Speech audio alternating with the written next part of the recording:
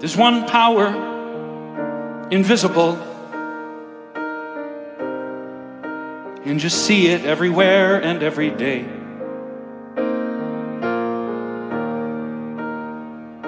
One power, indescribable, and just speak of it with every word you say. Mysterious until you know the truth. As simple as the love inside of you.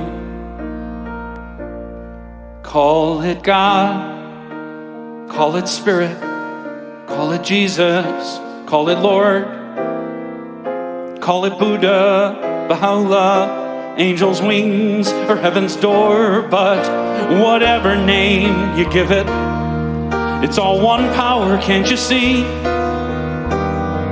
It's the power of the love in you and me. We speak so many languages, different clothing, different colors, different names. But different is only dangerous when we forget that in the heart we're all the same. We'll remember once we close our eyes to see that such distances were never meant to be. Call it God, call it Spirit, or Jesus or Lord. Call it Buddha, Baha'u'llah, Hashem, or heaven's door. It's Muhammad, it's your mind, it's your soul, or it's your sign. It's the universe, it's music, Mother Earth, or Father Time. But whatever name you give it, it's all one power, can't you see? Whatever name you give it, it's the very air we breathe. Oh, it's the power of the love in you and me. One power, yeah. One power is what we are. One power.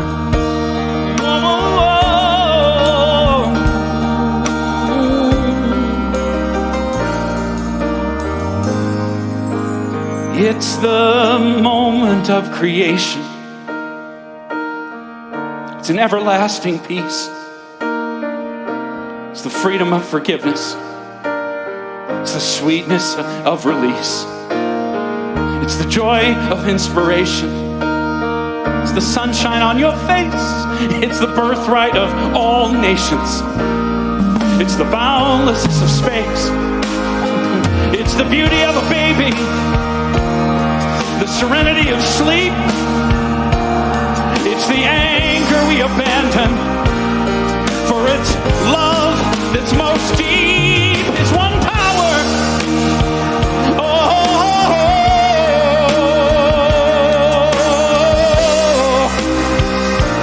what we are is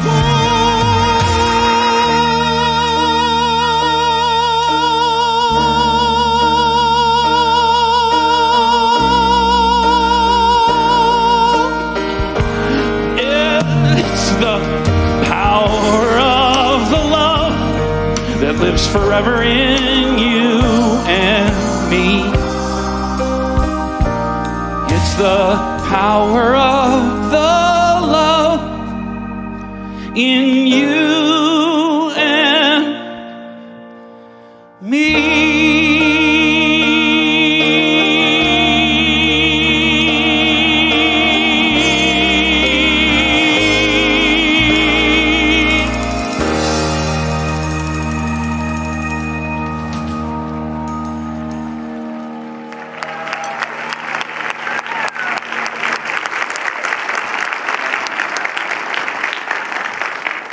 Daniel Nahmod, everybody, so great to have you here. Daniel, humble Daniel, turn around there for a second. Daniel, with that particular song, Michelle, we're having a very subtle, slow start to the service, but probably the single greatest song written about who we are and what we believe, One Power by Daniel Nahmod. So grateful to have him here with us today. And if you're new here, that's what Mile High Church is all about. There's one power, and it's the love in you and in me, and we're called to cultivate in our lives daily. But I love how we come together here on Sundays to see it in ourselves, to see it in one another, to re-center us in a world that would have us center sometimes in anything but love, in the anchor of truth within ourselves, so that we can greater bring that visible aspect of that one power into the world. And so I love that we're able to do that each week here. Michelle, we have not only New Thought icon, yeah, that's right, and poster boy Daniel Nahmod, who we so love and appreciate, but we have another well-appreciated and awarded musician here today, don't we? We do. On January 20th, we mentioned at the beginning of this Back to Basics series, our community is a part of the Centers for Spiritual Living, an international organization. They award those of us in this teaching who have done extraordinary work, and on January 20th, Jennifer Burnett was awarded the Arts Championship for the Centers for Spiritual Living. Our own Jennifer! Speech. Acceptance speech.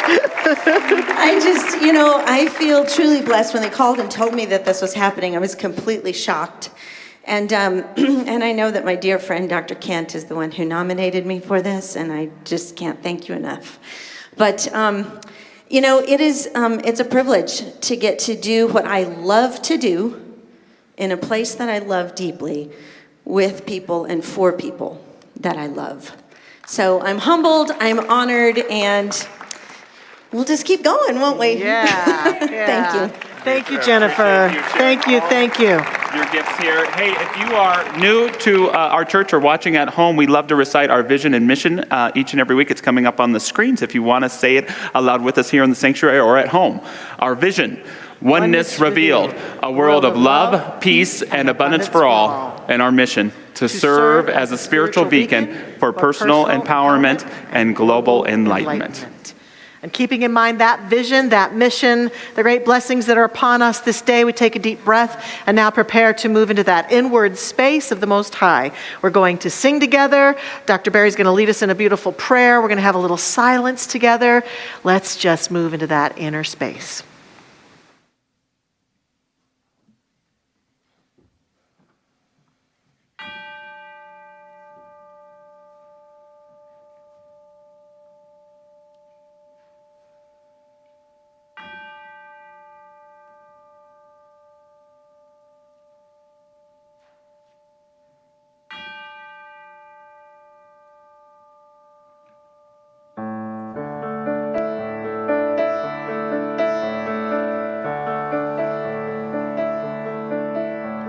Surely the presence of God is in this place.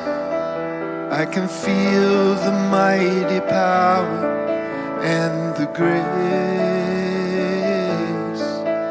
I can hear the brush of angel wings. I see glory on each face.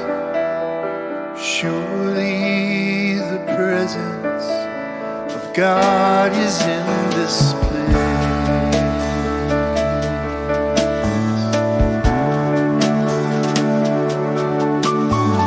Surely the presence of God is in this place. I can feel the mighty power and the grace. I can hear the brush angel wings, I see glory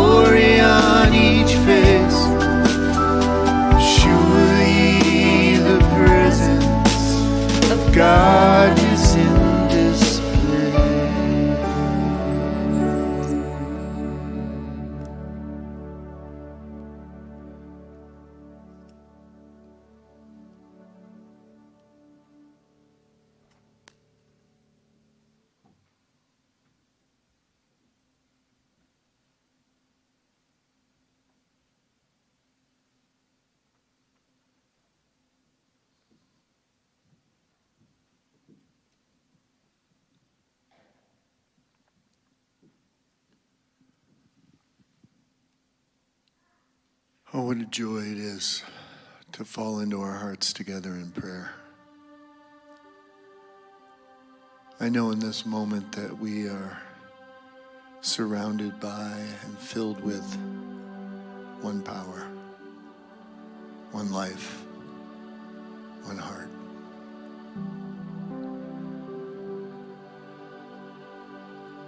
The mind of God is alive right now everywhere. It animates all things. It lives. So we open to it right now. That creative impulse that says yes, that affirms us, that is indeed the very essence of who we are. So we honor that one power this morning. We celebrate it. We welcome it. We commit ourselves to it.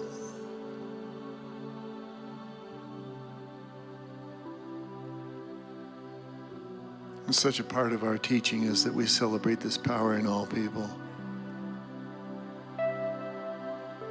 all spiritual paths. However, seekers of truth might find their connection with the one Spirit, we join with them. And I give thanks this morning for our beloved Mile High community, this lighthouse that welcomes souls in here, that we might seek and learn from each other together. I give thanks for Josh and Michelle this morning as they continue to bring the basics of this teaching. What a gift it is to all of us to work in this garden together and to know that life is good. So I give thanks for the blessings of this day, for the surprises that Spirit has in mind for us, the reminders that we are so blessed. For this, I give great thanks, and so it is. Amen.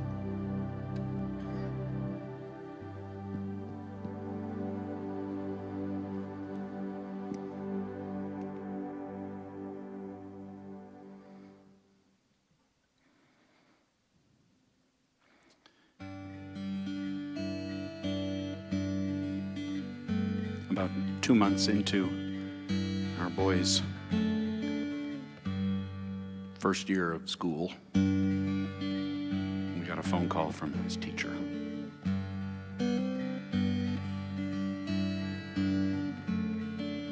Which inspired the song.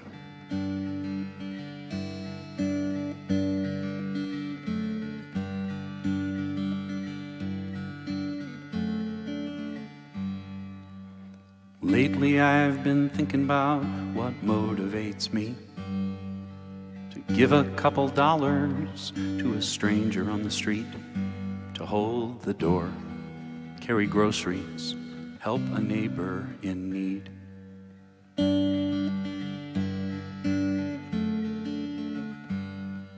When history repeats itself in headlines every day, solutions never big enough for problems that we face. As a man, as a dad, what difference can I make?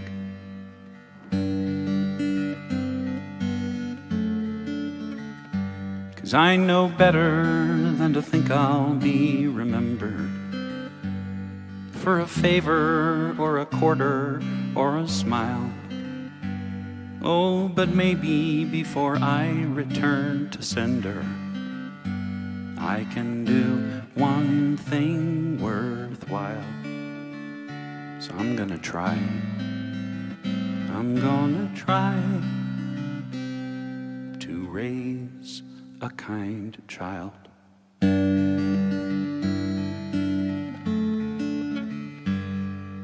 Sure would help if our boy went and got an MBA and took care of his artist mom and dad in their old age.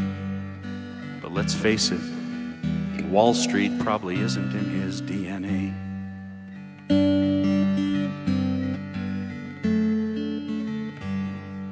But when his first grade teacher said she wanted us to know, it's Jude who always comforts any kid who sits alone. There's just so much pride my heart can take. My retirement can wait.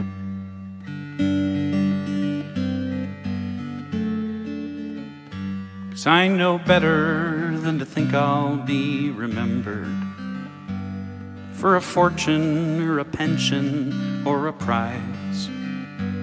Oh, but maybe before I return to sender, I'll have done one thing worthwhile. So I'm gonna try. I'm gonna try to raise a kind child. I don't want him to think the world is his to save. That's too much pressure anyway, it can't be done. I don't want him to think he has to be a saint, 'cause the truth is, saints don't have any fun. Mostly I just hope, my boy, you'll come to understand. No 401k or GPA can make a happy man. It's having roots, doing good, helping out where you can. So put down roots, do some good, take somebody's hand.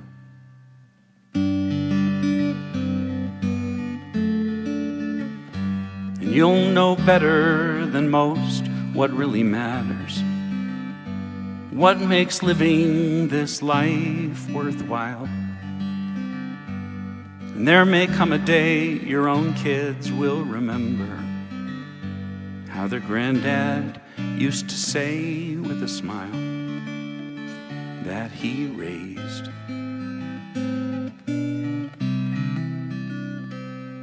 We raised a kind child.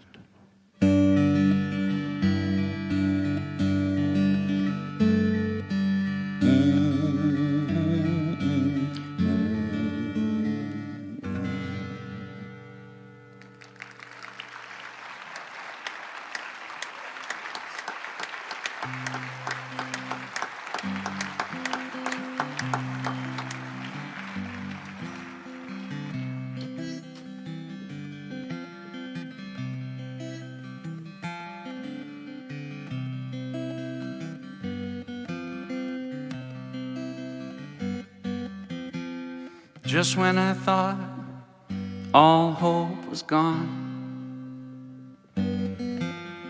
just when I thought everything was going wrong, lifted my eyes and I saw the light, lifted my eyes to a new sunrise.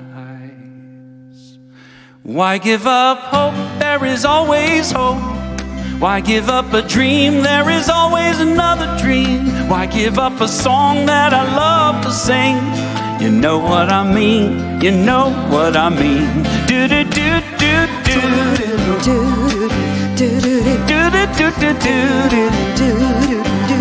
You know what I mean. Do do do do do do do. Just when I thought that the world would end, I had another thought. I think I'll have it again. That everything good came from nothing at all. Everything good came when someone answered the call. Why give up hope? There is always hope. Why give up a dream? There is always another dream. Why give up a song that I love to sing? You know what I mean, you know what I mean. Do do do do do do do do do do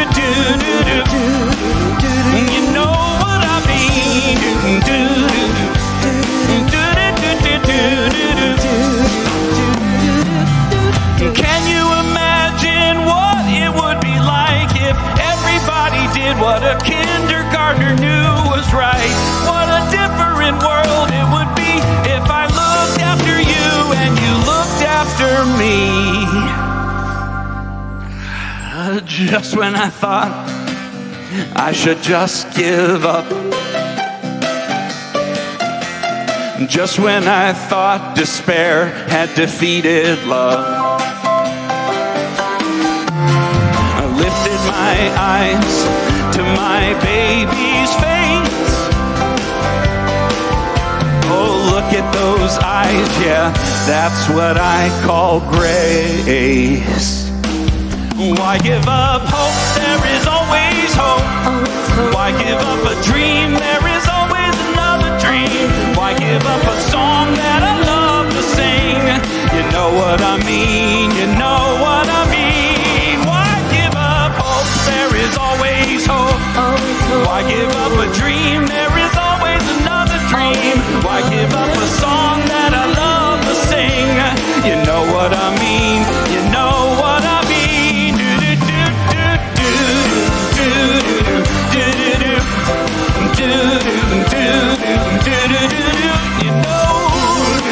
know what I mean, yeah. You know what I mean. You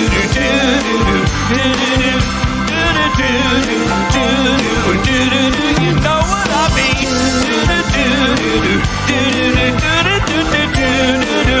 You know what I mean.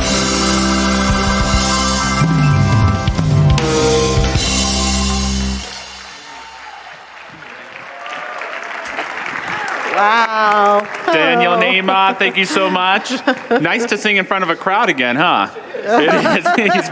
He's done a lot of Zoom church fill-ins. He figured that, or he figured astral projection, because sometimes he's singing at 5 churches at a time. I know. Gets that over. But yeah. Thank you. And we say change your thinking, change your life, but change your music, change your life too. And we're talking intentions today. And I love one of the visions that Daniel has for his life. It was to write a great song in every genre of music. And in his own way, he hasn't gone to number 1 on Billboard, but he's gone to number 1 for hundreds of thousands of people. And yes. What a great opportunity to pick up some Daniel Neema music in your car and see how quick your life changes. Yep. So such great your authenticity. Car, your meditation mat, wherever, right? Yes, absolutely. So good to have one of these rare Sundays, Michelle, where we get to share the stage. We do. And be in conversation and see how it goes from there. So great to do that and with you all together, because you feed us as well our messages and to be present. And we're completing our Back to Basics series, something we do every new year, Vibrant Spiritual Living. And today is about keys to health and well-being, which is our initiative for 2022. And I figured, Michelle, the month is almost over, so you almost can't ask this question anymore. But when it comes to last year, what is something that has momentum that you want to keep moving forward? And what is something that you're ready to leave in 2021 and let go? Well, the interesting thing for me is that the answer to that question is the same thing. It is that I had extraordinary, deep, profound grief last year from many losses and things that changed dramatically in my life. And I'd like to let go of the deep pain of that. But at the same time, I see the wisdom that came with that deepened pain that I'm carrying forward into this year to continue to deepen my spiritual path, to continue to deepen and open my heart. It felt like my heart got burst open from that degree of grief. And there's a heart opening in that feels like it's still relevant and has momentum for me for this year. Yeah, it's so powerful. What a powerful way to open a message, is to have the thing that you need to let go of and the thing you need to move forward with be the same thing. And does it have something to do with fully acknowledging the grief that allows you to move into turning into something constructive for you? Absolutely, because I think that I talk about a lot, because I think it bears repeating for myself and all others that our teaching is not a teaching of denial. We don't teach people, if you have pain in your life, just push it aside.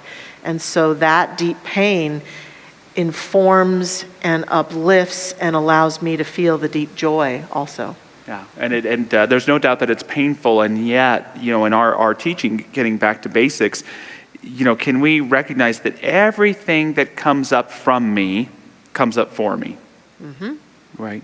Does everything that comes up from me come up for me? It doesn't mean it's always the most positive thing. Right. But can we say to ourselves, there's nothing bad in me.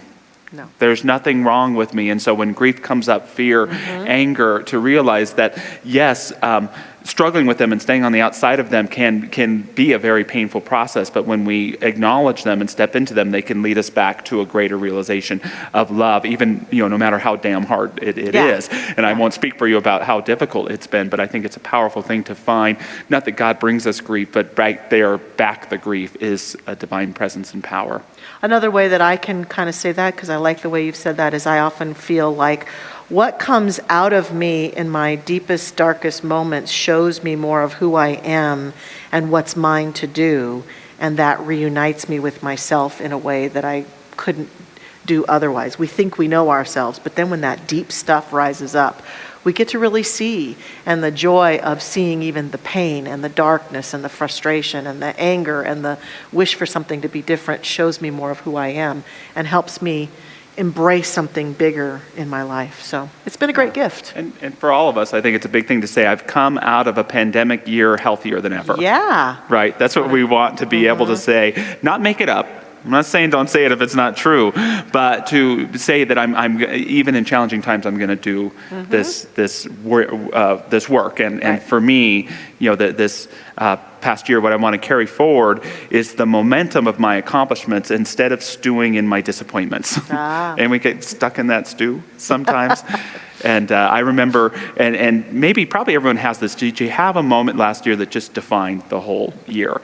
And mine was, we were outside of Seattle in November. We had just celebrated our 5th wedding anniversary, my wife April and I got to go for a run in what is kind of my mecca, because it's where they filmed Twin Peaks, my favorite TV show. So I'm there in the woods and I'm running, and everything that has been good about the year just comes up. First of all, one of the reasons I love living in Colorado is that when you go to the West Coast, you can run like 8 miles. So here I'm like a brisk waddle, huffing and puffing. There I'm like a marathon runner. So I'm feeling really healthy and well, and I've met those physical well-being intentions.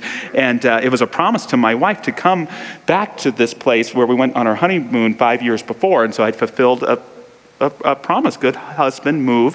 And I've got good kids. I'm grateful for them.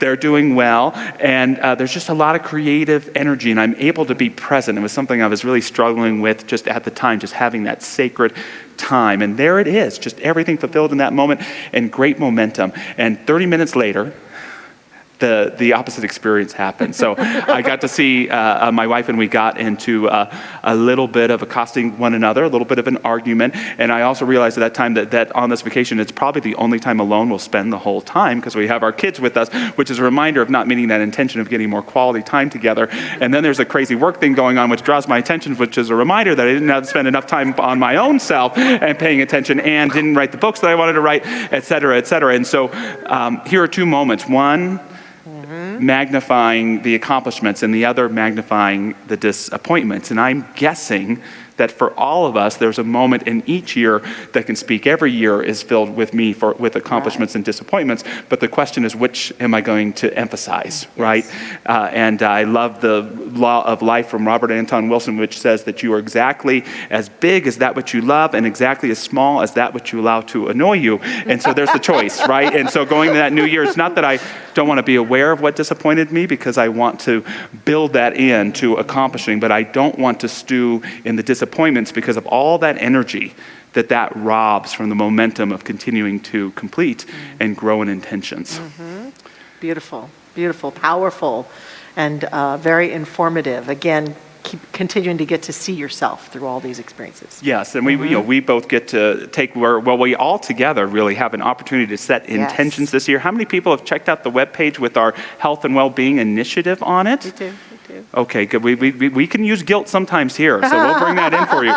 But when you go to that page, we're all invited as a community to improve our health and well-being spiritually this year, emotionally, psychologically, physically, in our lifestyle, in our relationships, in our work, all those things. And there's a little worksheet on there. You just click on it, and it invites you to set motivating and specific intentions for what you want to accomplish in your health and well-being this year. And I'll spill it right here in front of God and everybody. Confess. For me, physically, I want to be healthy, but I want to be healthier psychologically towards my body. I want to be more compassionate towards my body, not just in what I consume, but in limiting my judgments about myself and being more self-accepting. I want to renew my marriage. You have a little baby and you're 3 years old and you turn around and you look at your partner and you say, who the hell is this person, right? Or some of you've been married 25 years and you turn around and say that. We can become a mystery. So I want to get to know who my wife is again and have her get to know me again and really, really grow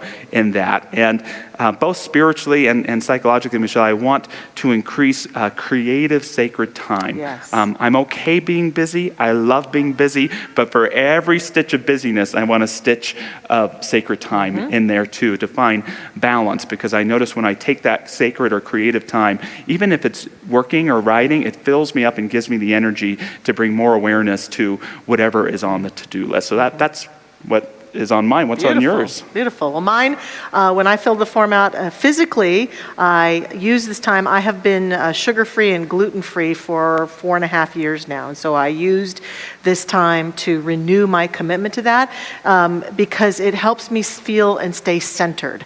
I notice that without sugar and gluten in my physical form, it helps me feel less foggy-brained and more connected in every way possible. So it serves me. I had a little glitch with it, but you got me. I'm like, I only had 2 White Claws last night, so you got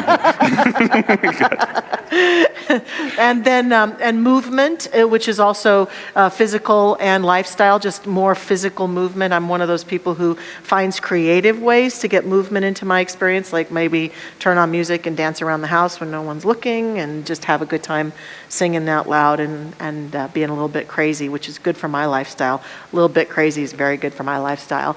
I also think for my lifestyle, I didn't mention this at the first service, but I've come to the place in my life where I'm at the age now where I think I'm tired of wearing high heels, ladies. Yeah.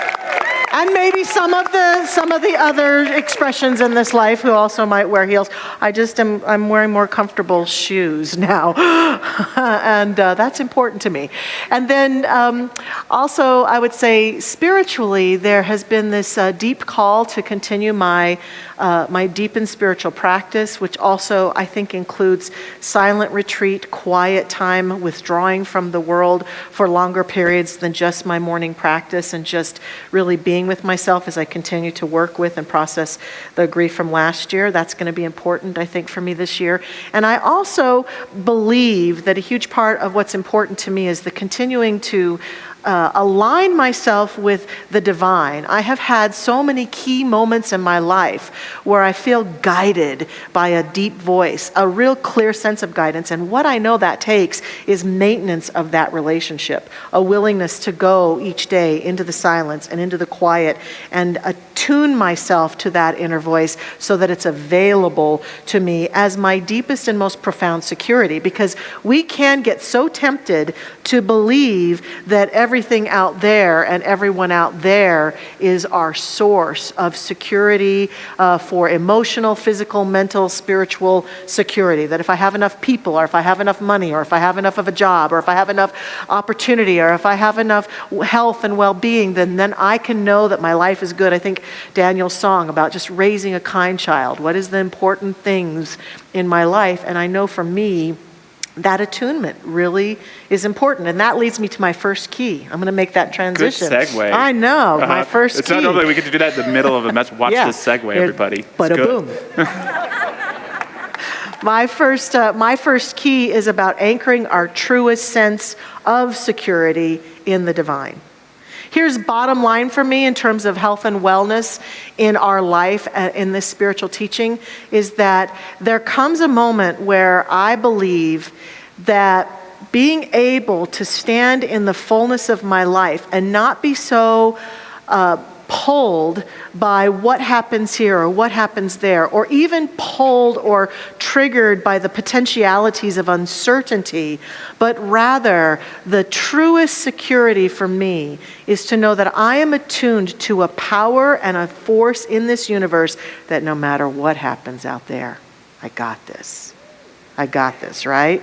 I can do this. I am supplied with ideas and guidance and information and the ability to communicate and the ability to be connected in such a way that I'm there. That's my truest security. And sometimes we get it backwards. We think that all that provides security, and I think this is what provides security. And I want to anchor it with a quote from Eric Butterworth, who says to us, "Security cannot be found in things. You are not secure because of a bank account. You are not secure because of your investments or your possessions. Security can be experienced in one way only, by identifying yourself as a channel for the flow of infinite mind." And so for me, when I do this work on a daily basis, that's what I'm anchoring into, is that I feel that flow of that divine source moving through me, in me, and as me, and that's my truest security. That's beautiful, right? To be able to, yes. Yeah, yeah. And part of that is moving past our disappointments or those challenges to know that divine mind is operating in us and defines us more than those experiences. That we can have a bad experience or a challenging experience and it doesn't say anything about who we are. It's how we express that, and that's what that divine mind and this divine teaching gives us. Absolutely.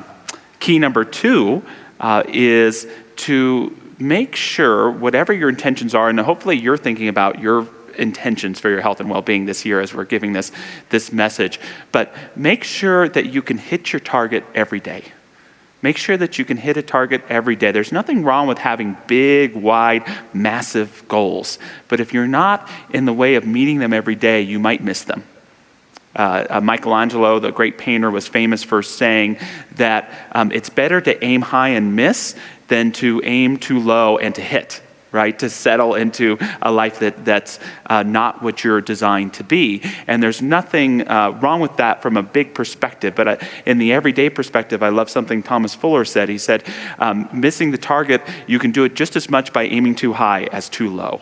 And so I'd invite you to think, if it's being in better shape, if it's having a more healthy partnership, if it's greater peace of mind, don't just say, hey, I'm choosing to be in better shape right here and right now. I wish it worked that way, but it doesn't. I have to make those little daily choices that make being in better shape the byproduct of those choices. I can't just choose to have a better marriage. I have to choose to be a better husband every day in those little actions. And sometimes I think of it like baseball. A lot of us, we go up to the plate of our goals and we try to hit a home run every day. And sometimes you will, but you know what else will happen? You'll probably strike out a lot, right? But there's something about having that consistency of just trying to get on base. I just want to get a single. I just want to keep going. And that creates this kind of momentum. And the wonderful thing is before you know it, you're not even meaning to hit the ball over the fence, and you do. Right? You're meeting your target. And having those daily goals, for me, it helps me take responsibility for my life without blaming others or situations. Shuangzi, the great Taoist philosopher, he said something really powerful. It's coming up on a slide on your screen. He said, the mature person is like a good archer. When he misses the bullseye, he turns around and seeks the reason for his failure in himself. And I like this, not to say that in my own life at the end of the day, that I should be blaming myself or feeling guilty. But I love it when I've not hit the mark that day, that I can catch it right there and I can make it about me. Did I keep my composure? Did I love the people I care about most? Did I focus on what I love instead of what I let to annoy me? And I can be pretty honest with the answer. And always remember, of course, that tomorrow is the new day. But it's so easy to get caught up in the stories of how other people are getting in the way of my happiness or my success. So a big example of that for me, Michelle, this past year during the pandemic times, I'm a little ashamed of it, is my wonderful son, who I got to talk about last week, had this habit of waking up in the middle of the night and taking all the ice cubes, which meant that I didn't get to make my breakfast smoothie in the morning. And you know how little things can cause us to create little stories? So there I was in the morning, empty ice tray, and I'd go to either two directions. One is the victim place. Oh, sure. Nobody cares about me. Nobody cares that I have my morning smoothie. And then the other times I would go to the more ogre place of that little bread is getting in the way of me having the smoothie. And so last week I gave a loving message to my son. Today it's, if you're ever watching this, please refill the ice trays, Gavin. But there's another solution, which is to take an ice tray and hide it, right? And sometimes we forget that. Sometimes we get so caught into the victim or persecutor narrative of where we're at, but that it becomes more important than getting what we want and getting what we need. And that's part of that everyday focus on your success is whatever's in your way, yes, hold accountable, but get your needs met first. Take care of yourself first and then address those things around you. And then you'll be a much happier smoothie drinker. I love how you're talking about the little consistent choices that really do build momentum towards what it is that we want. And I think we do underestimate that at times. Yeah, and when we take care of the little things, in my experience, the big things take care of themselves. Yep. That little action, that little bit. And so mine also, third key that I want to offer is about tending to the garden of the mind, which we talk and teach about a lot here. The importance of exactly what Josh just demonstrated.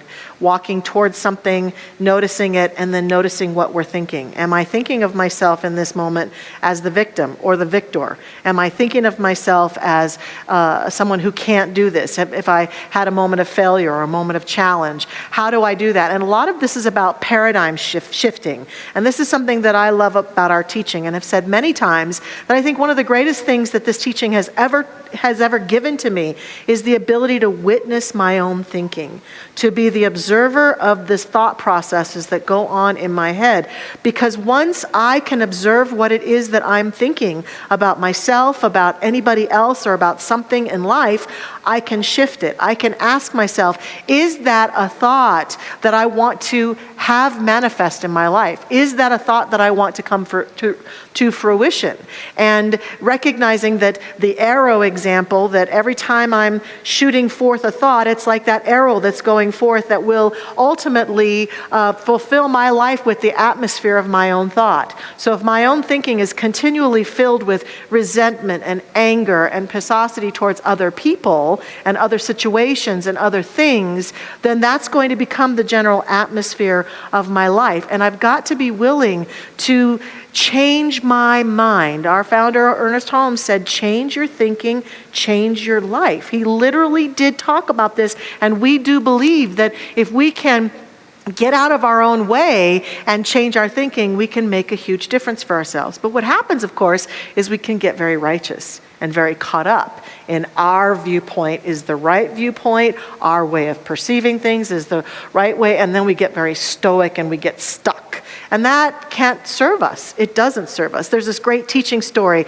that has been demonstrated in a lot of different cultures, sometimes in a joking way. There's some urban legend ideas that this might actually have happened at one point. But the version of it that I'm bringing to us today is from 1987, written by Frank Koch. It was published in the U.S. Naval Institute's journal called Proceedings. And here's how he said it happened. He said, 2 battleships assigned to the training squadron had been at sea on maneuvers in heavy weather for several days. I was serving on the lead badge ship and was on watch on the bridge as night fell. The visibility was poor with patchy fog, so the captain remained on the bridge keeping an eye on all activities. Shortly after dark, the lookout on the wing of the bridge reported light bearing on the starboard bow. Is it steady or moving astern? The captain called out. Lookout replied, steady, captain, which means we were on a dangerous collision course with that ship. So the captain called to the signalman, signal that ship. We are on a collision course. Advise you to change course 20 degrees. Back came a signal. Advisable for you to change course 20 degrees. In reply, the captain said, send, I'm a captain, change course 20 degrees. And the reply came, I'm a seaman, second class.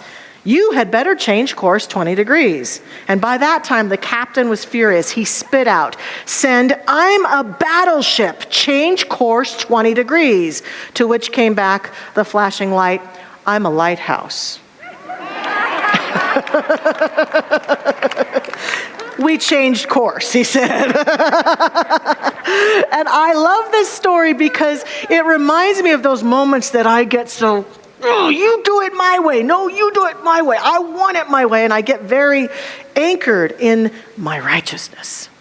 And that has caused me to have collisions with things and people and situations that had I just taken a deep breath and maybe investigated a little more, challenged myself a little bit more on the direction of my thinking, invited myself to get out of my own paradigm and step out and look at the situation, whether it's Gavin and ice cubes or whatever it is, that then I can see things from a different viewpoint and maybe make a different choice that will serve me better. And this teaching is all about the health and wellness of the mind, the garden of the mind. And so we can't discount this. We must constantly, as Josh has said, take accountability for our own thoughts, our own reactions, our own energy towards things and people, recognizing that we can take steps to shift that at any time we choose to, and that is just a choice away. That's an important key for me.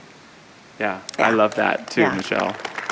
And our founder, Ernest Holmes, he said, guard well this garden of your mind. Yes. It is God's garden of your soul. And it reminds you of all the muck and the ick that we can allow, because most of us don't think of our own consciousness as God's garden of our soul. We often are telling ourselves other things. And so to know, just like you said, that we could always get back there, Right. always steer back, gives us everything. And it gives us this extra layer of awareness. I love that idea in our lives that can help hold us to wholeness even when we're forgetting that part of us is. And so the final key today for health and well-being is to not forget to celebrate your successes. Yeah. Don't forget to celebrate your accomplishments. Wittgenstein, the great philosopher, said, that which we fail to articulate, we pass over in silence. And in a spiritual sense, to me, that means that for us, for so many of us, there's so much love there, so much kindness, so much good, so much blessing that we don't stop to articulate, that we don't stop to appreciate, that we don't stop, and therefore it doesn't mean that it doesn't exist, but we don't quite embody it. It doesn't quite move into the pores, and it doesn't quite weave into our lives the way that we should. And I know it's January, but y'all have worked hard to stay optimistic, I'm sure, in challenging times. Y'all have worked incredibly hard to maintain authenticity and connection to something larger than yourself when we're constantly told that the world is falling apart around us. And that deserves some appreciation and celebration, whatever you've been able to do and accomplish within yourself, in your relationships, and in your work this year. So stop and celebrate it so that you really accomplish it, so that you don't look back 3 years from now going, what the hell happened back then? And that is that key part of that momentum as well. And not getting caught up in those disappointments. Holmes also says that in order to step into the greater, you have to let go of the lesser. And that, I think that's a key theme in what we're both sharing today, is that the lesser may always be there, but it's time to emphasize the greater aspects of who you are so that you can bring them into greater being. Absolutely. And becoming. And so as we move into prayer, Dr. Michelle's going to do our prayer, but just one more quote from our founder, Ernest Holmes, today, coming up on our screen to share as well. Today, I expect new ways of doing things. I expect everything in my experience to enlarge, deepen, and broaden.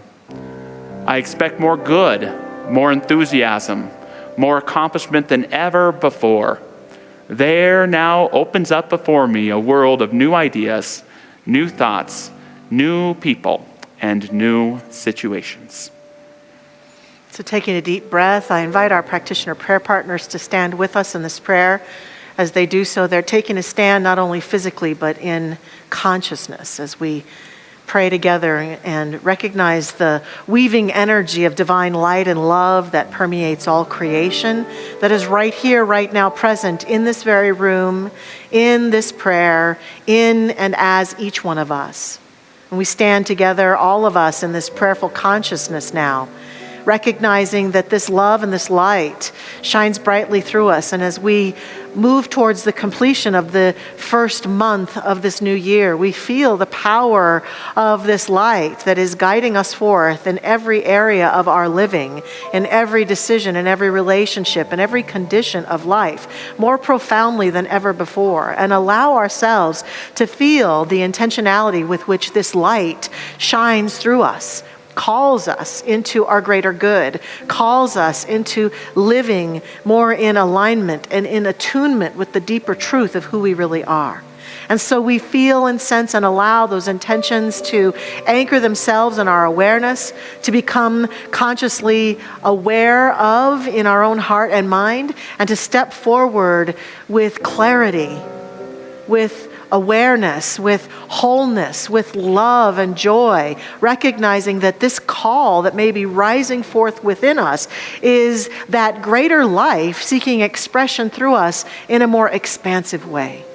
That invitation to live our lives full out, to stand in any condition or situation that we might find ourselves and be attuned to God, to love, to wholeness, to harmony, to peace, to abundance, to the truth of who we really are. This is what life is calling to us to be and do right here and right now. And we are blessed to recognize this, blessed to know this about ourselves, and blessed for the courage that it takes to step forward into that spiritual, powerful yes to life itself, shining brightly through us now. I'm so grateful that this is the truth of us, so grateful that this is what is made manifest in us now. For I know and affirm that as each one of us listens to that and lives from that, that we contribute greatly to the world at large. Oh, what a great gift. And so I just see this prayer now released into the action of that law that makes it so. I let it go. I let it be. It is done. Thank you, life. And so it is. Amen.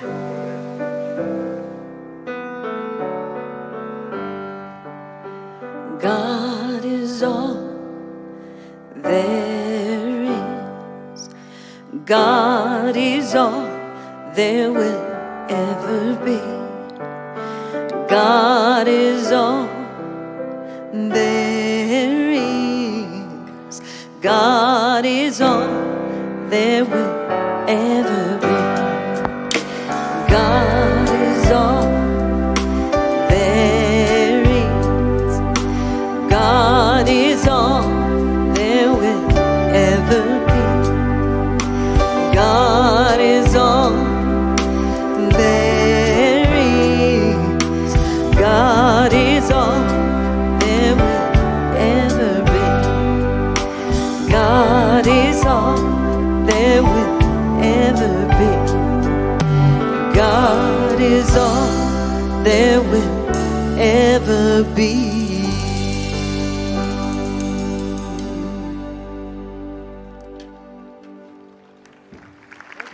Thank you, Jennifer Burnett, award winner. Award winner. I like that. Yes. Well, I know she's got more awards than just that one. Thank you for being here today, everyone. We're moving into our time of offering, but before we do, I just want to take a moment to honor all our Sunday service volunteers. So if you volunteer on Sunday in any capacity, will you just raise your hand or stand up so we can acknowledge you, whether you're a greeter, an usher, safety team, guest services, welcome center, youth volunteer, et cetera, et cetera. And as you'll begin to see as the Omicron starts dissipating in our state, our in-person numbers will increase more and more here, and we could use some more volunteer support. So go to that guest services counter, or if you're watching from home, go online. We'll figure out ways, whether you're here in person or not, to serve. And what a wonderful way to take care of our health and well-being by volunteering and being of service to others. It's such an important dimension of that. So with that, thank you for all that you do to financially support Mile High Church through your checks, through your cash, by putting it in the basket, by texting it over, by all of those things. It all comes together somehow to help this shining beacon shine in so many wonderful ways. So thank you for your support. Let's take our gifts and bless them, whether they're physically here or there metaphorically, as we say our offering affirmation together. Divine love as me blesses and multiplies all that I am, all that I have, and all that I circulate. And so it is. Amen. Hello again.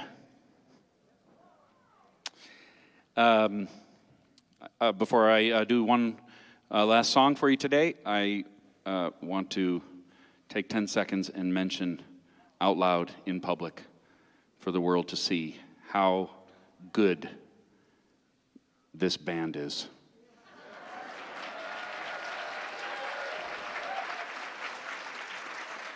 About as brief as I can make it. I mean it. It is a pleasure to make music with them. So thank you guys. And lady. Sorry, guys, Anyway, so one more song. I have only gradually come to realize how much incredibly personal information about myself I've shared with rooms full of strangers over the years. I try not to think about it, but this is one song that is disturbingly autobiographical. Maybe you'll relate to it, and I hope you enjoy, and thank you again, and have a wonderful Sunday afternoon. Here we go. There's the kind of life when every choice you make's the safe one, predictable, when every moment's like the last one, everything even slightly, barely scary is locked away. It's the kind of life where your engine's never gunning, sitting tight, and know your heart is hardly running. Nobody better be messing with the schedule for your usual day. Then there's the kind of life where your pot of gold may never come, where your dream's so big it's never done, where your work feels less like work than fun. Tell you what I want, that one, I want that one, yeah. Give me the kind of life where wrong is sometimes right and black is sometimes white as well. I want that one, oh yeah, that one. I will fail and I'll succeed, I'll laugh and I will bleed. Every day's a mystery and time will always tell. Look at me, going a million different directions, messy me, I call it perfect imperfection. Don't bother asking me where I'm headed, cause I really don't know. No, crazy me. Today I may become a rock star. Then again, it would be so sweet to drive a NASCAR. Tomorrow I might decide to wrestle crocodiles for Nat Geo. But you don't need to say that my pot of gold may never come. I know, blah, blah, blah. My work is never done. But if a life can be never-ending fun, tell you what I want. That one, I want that one, yeah. Give me the kind of life where wrong is sometimes right and black is sometimes white as well. I want that one, oh yeah, that one. I will fail and I'll succeed, I'll laugh and I will bleed. Every day's a mystery and time will always tell. Keep your to-do list to yourself. I'm doing what comes naturally. I don't want to live like no one else. Gotta be true to me, always be true to me. Yeah, that one, I want that one, oh, give me the kind of life where I'm kind of flying blind and black is sometimes white as well. I want that one, not some boring, ordinary, flat one. I will fail and I'll succeed, I'll laugh and I will bleed. Every day's a mystery, yeah, that's the life for me. Oh, that's the life for me. That one. Nice job, you guys.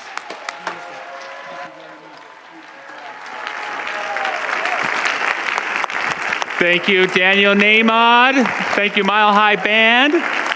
For those here in the sanctuary, Daniel will be in the lobby. He's got an incredible collection of albums. You can even get that thumb drive that has a little bit of everything on it. He's got some beautiful jewelry that his beautiful wife makes as well. And if you're watching online, danielnahmod.com. Give yourself the gift of some positive music to start your new year.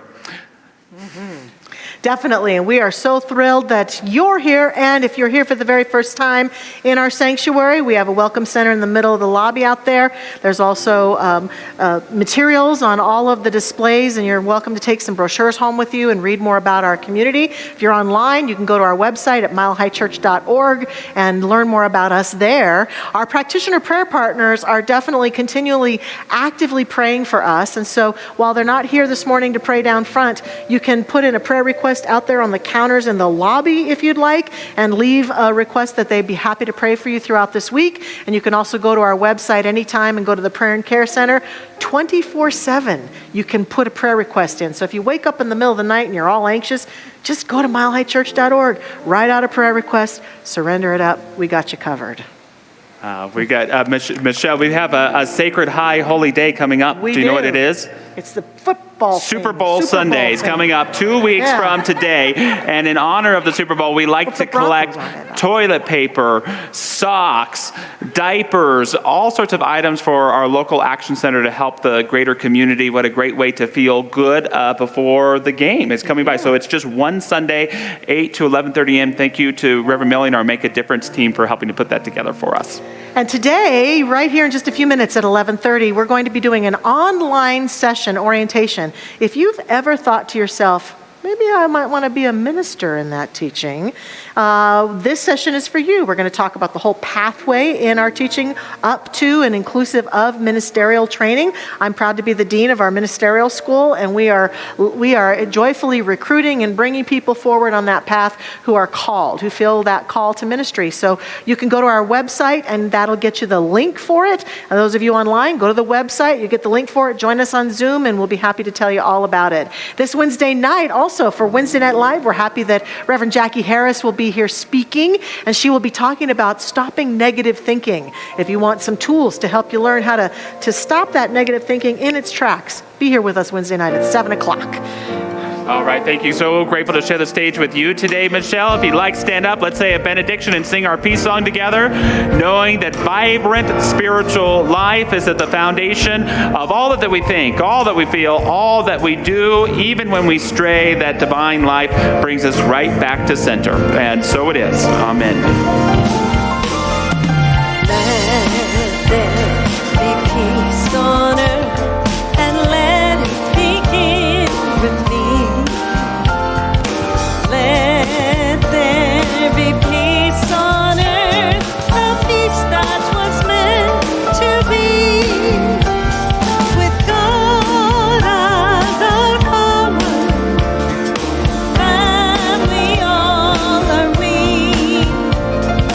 Let us walk with each other in perfect harmony.